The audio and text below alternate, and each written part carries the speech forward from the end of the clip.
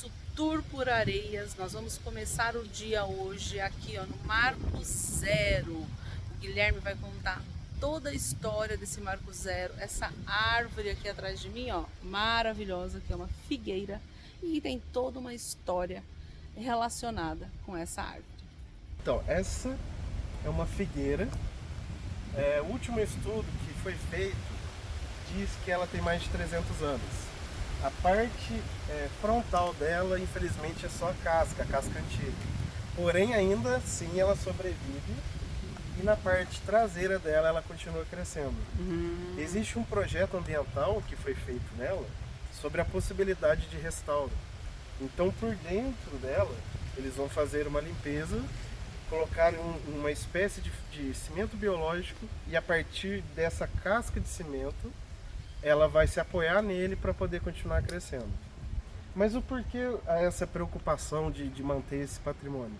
Praticamente esse é o ponto zero da cidade de Areias. Aqui eu vou falar algumas figuras que se aproveitaram da sombra da figueira, que já é uma sombra diferente. Monteiro Lobato, Euclides da Cunha e Dom Pedro I. Foram três pessoas importantes para a nossa história do Brasil, que na sombra dessa figueira descansou, dormiu, relaxou, comeu. Por que é o Marco Zero de Areias? Vamos voltar um pouquinho no tempo, né? Areias é de 1748, vamos voltar em 1716. Nessa época, o ouro que era trazido de Minas, ele chegava nos portos a partir do Rio de Janeiro, descendo por Minas, Rio de Janeiro, até chegar no mar. Só que existia um problema. Para esse ouro vir pelo mar até o porto de Mambucaba e do Rio de Janeiro, existiam os corsários e piratas, que atacavam esses navios e desse jeito a riqueza que era para ser do Império acabava se tornando para outro império por conta dos corsários. A diferença de corsário e pirata é que o corsário é um pirata, só que contratado por outro império. O que era muito comum no Brasil nessa época, precisamente nessa época que a gente está falando agora. A Inglaterra, ela contratava muitos piratas para atacar aqui a costa brasileira, a costa do Nordeste do Brasil, para pegar esses fundos mesmo, essas riquezas, né, que vinham do ouro de Minas e pedras preciosas. Então, com esse problema, a coroa ela começou a pensar em uma alternativa de caminho, um caminho terrestre até chegar em Mambucaba, que era onde era feita a separação das exportações que iam para a Europa. A coroa criou o Caminho Novo da Piedade, que é um caminho que começa na cidade hoje de Lorena, que era Piedade, e ela sobe a Serra da Bocaina, usando o Vale Histórico, e essa trilha ela termina no Porto de Mambucaba. Essa trilha, gente, até hoje ela existe, e é a famosa Trilha do Ouro. A nossa agência ela faz essa trilha, para quem se interessar, tá bom? Já estou interessada. É muito interessante porque nós fazemos o mesmo caminho que os tropeiros faziam antigamente. Né? Então, como voltamos no tempo, né, para explicar melhor o porquê da importância, os tropeiros, a partir do que criou-se esse Caminho Novo da Piedade, eles começaram a passar muito por esse caminho. Os tropeiros, gente, existe uma diferença que eu acho que tem que ser explicada de tropeiros e bandeirantes.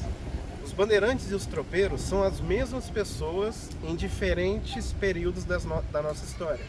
Os bandeirantes é mais no século XVI, século XVII, quando o Brasil, o território compreendia somente a faixa litorânea, e eles ficaram famosos pelas bandeiras.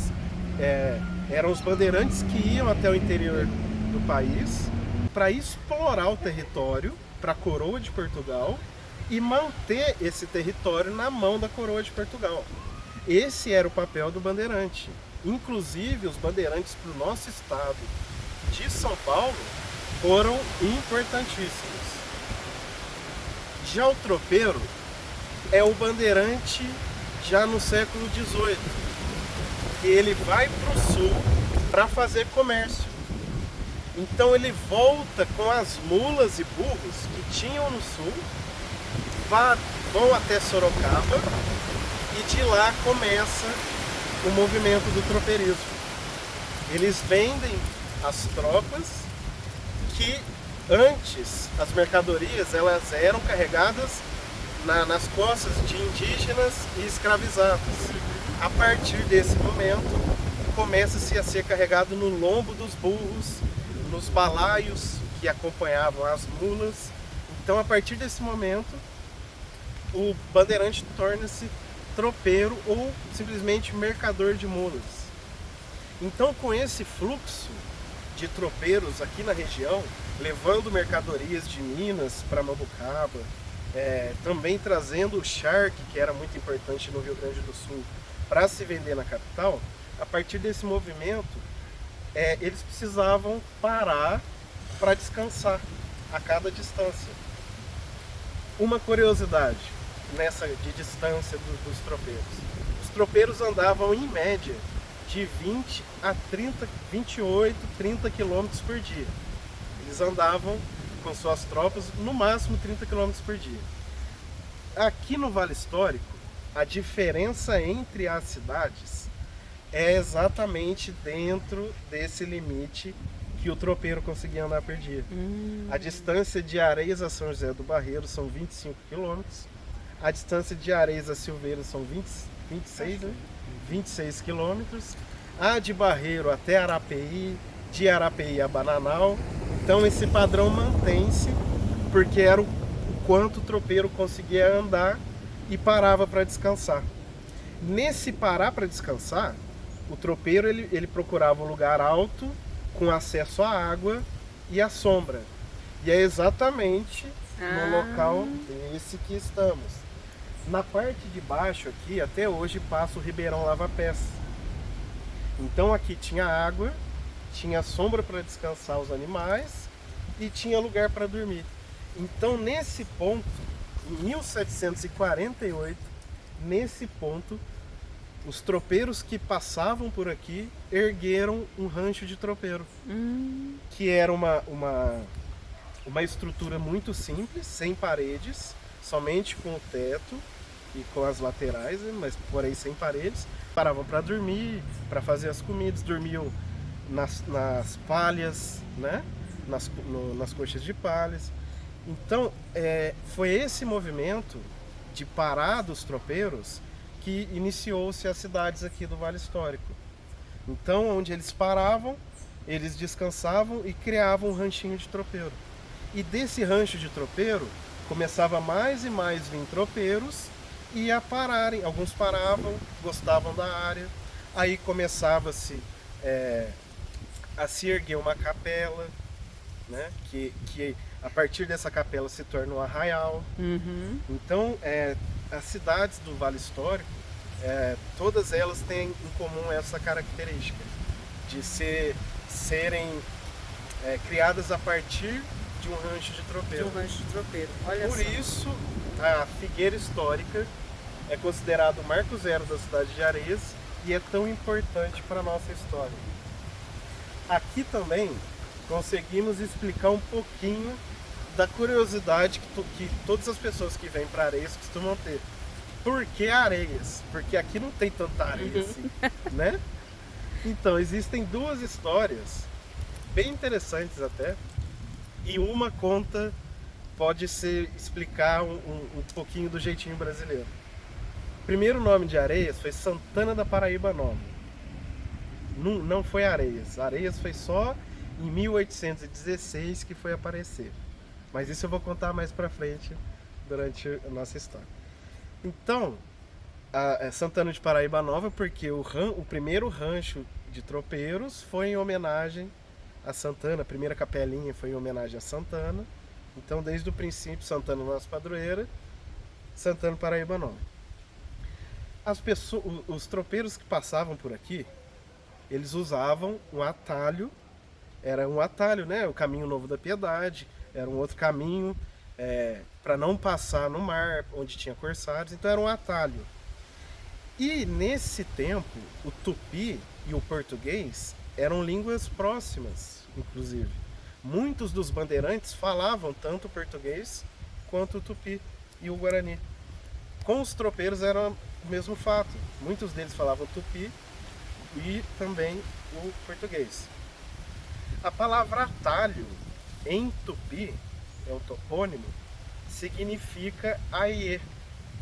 Então, a partir desse dado, alguns dos tropeiros começaram a chamar a terra de Aie, terra dos Aies. E essa é uma explicação científica, que temos alguns dados, porém, temos também escrito e datado também uma história, não uma história, uma cultura popular do porquê do nome de Areias, dos primeiros moradores de Areias. Isso nós temos datado, escrito a punho pelo próprio Gabriel Serafim da Silva, que dá uma certa força a mais para esse relato. Que na verdade, Santana da Paraíba Nova era conhecida como Terra das Areias. Mas por que Terra das Areias? Porque os tropeiros que vinham com o ouro de Minas, com as riquezas de Minas, nas tropas, nas mulas, nos jumentos, eles paravam aqui em Areias, no rancho, e aqui tem até hoje o Ribeirão Lava-Pés, e nele tem muita areia, até os dias de hoje. Então contam os primeiros moradores e Gabriel Serafim da Silva que as pessoas com ouro, elas literalmente abriam as sacas e enchiam com mais areia para pesar, para obter mais valor indevidamente. Por isso eu falo que isso pode ser uma das explicações do nosso jeitinho brasileiro, que vem de lá de trás. E é uma herança portuguesa. No Zero você vai encontrar a figueira, o monumento da Praça Dom Pedro I e espaço para a população curtir, sentar, relaxar e curtir essa sombra maravilhosa dessas árvores antigas que aqui se encontram.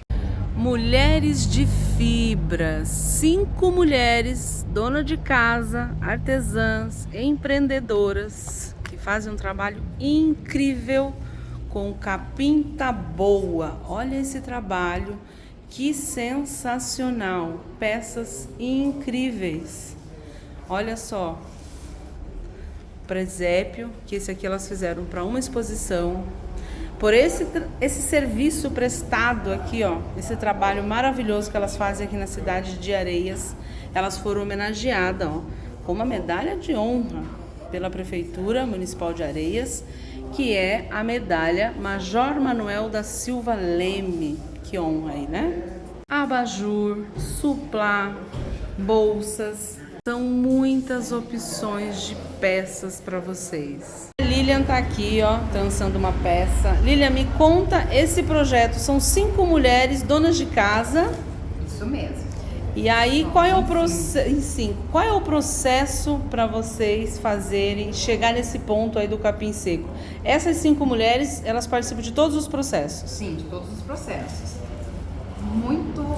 Às vezes a gente tem algumas pessoas para tirar pra gente, mas quando a gente precisa, a gente vai lá no brejo, a gente tira a taboa no brejo, a gente trata ela, que é de um dia para o outro, né, o tratamento. Depois a gente coloca para secar e aí a gente começa o processo de fazer as peças. Então, para quem não conhece, taboa, olha aqui, ó, é esse aqui. E ele é super flexível, né, ó, para trançar. Então você consegue fazer tudo quanto é tipo de peças, né? Isso mesmo. Ó, porque ele é bem flexível. Quem é artesã aí vai saber o que é um capim taboa. A gente, no caso, para trabalhar com ela, ela às vezes fica bem durinho. Aí a gente usa um borrifador para umedecer um pouquinho ela, para poder a gente trabalhar com ela. Porque aí ela fica bem maleável mesmo. E aí depois que secar, ela volta a ficar durinha de novo. Gente, eu vou deixar aí na descrição do vídeo o @ delas, o telefone delas, tá? Para vocês entrarem em contato, porque eu acho que vocês vão achar alguma peça aí que se identifica para você ter em casa. Parabéns pelo trabalho de vocês e se estenda esses parabéns aí às 5 mulheres empreendedoras e artistas aqui de Areias, viu? Sucesso para vocês. Muito obrigada, nós que agradecemos.